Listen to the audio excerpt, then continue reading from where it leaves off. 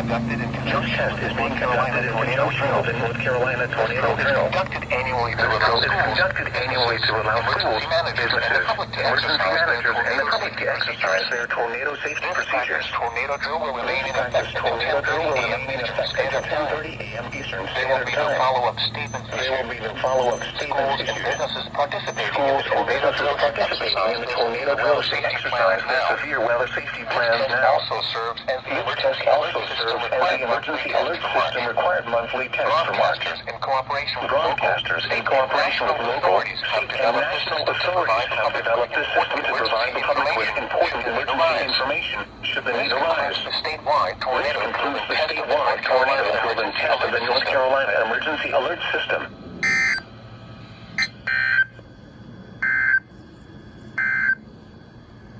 These are the 9 a.m. Eastern Standard Time observations for